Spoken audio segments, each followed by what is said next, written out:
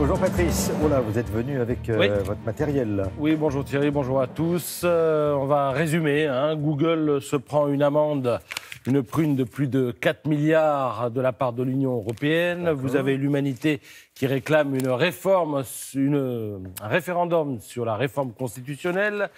Au Nicaragua, Ortega préfère tuer les gens par centaines plutôt que de quitter le pouvoir. Et Trump se prend lui-même à contre-pied, c'est la une du Figaro, sur le terrain diplomatique. Bref, le mondial à la une, c'est fini, sauf pour l'équipe dont c'est la raison de vivre. Cependant, il y a beaucoup à lire sur le sujet, notamment dans Le Monde, qui s'est penché sur les écrits des correspondants de la presse étrangère. Prenez Michaela Wiegel de la Frankfurter Allgemeine Zeitung. Elle trouve symbolique que la France ait remporté le mondial 4 ans après l'Allemagne. On est là au cœur du moteur européen pour elle.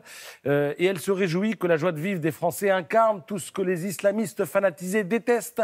Un pays qui chante, qui se rassemble en terrasse et dans les bars, femmes et hommes réunis. C'est quelque chose qui frappe quand on est de nationalité allemande, car outre-Rhin, il faut le savoir, la rédemption fut longtemps cherchée à travers le football. Les jeunes générations ont en effet baigné dans cet esprit, entretenu par un film émouvant, Le Miracle de Berne, Das Wunder von Bern, qui raconte la finale gagnée en 1954 par les Allemands face aux Autrichiens, comme un retour à la joie de vivre après les années noires de la guerre, mais aussi après les mornes années de la reconstruction dans la culpabilité. En 1954, en effet, 9 ans après la fin de la guerre, les Allemands avaient trouvé dans cette victoire de quoi redevenir fiers, sans pour autant sombrer dans un nationalisme qui n'eût pas été supportable. Alors du côté de l'Italie, Anaïs Ginori commence son papier en ces termes. Vous allez voir, c'est rigolo. La France n'a pas inscrit le droit au bonheur dans la Constitution, mais elle pratique si souvent le malheur qu'on pourrait presque croire que c'est un devoir constitutionnel. Du coup, la journaliste italienne craint que la parenthèse enchantée provoquée par la victoire des Bleus se referme rapidement et que le pays en oublie ce qui saute aux yeux, à savoir que l'équipe de France représente bien mieux la France que la classe politique dominante qui reste malgré tout très élitiste et peu ouverte à ce qu'on appelle pudiquement la mixité. Fin de citation. Alors à ce propos, il convient de lire avec attention ce qu'écrit Simon Kuper, le correspondant du Financial Times. Si le foot français fonctionne, dit-il, c'est parce que c'est le grand secteur de la vie française où la ségrégation raciale est presque totalement absente.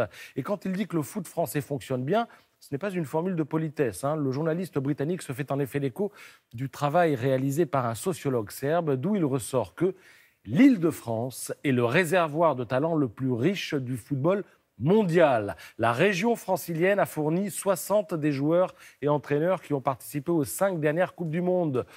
Plus que toute autre région métropolitaine au monde. Des joueurs que l'on retrouve dans la sélection française, évidemment, mais aussi dans d'autres sélections, comme par exemple la sélection marocaine ou la sélection portugaise. Mais il ne faut pas se leurrer non plus. Cette réussite ne reflète pas la réalité des banlieues. Elle en est l'exception. C'est ce qu'écrit Randa Takedine, le correspondant du quotidien panarabe Al Hayat. Selon lui, la réussite de Kylian Mbappé et consorts devrait aspirer à être une règle.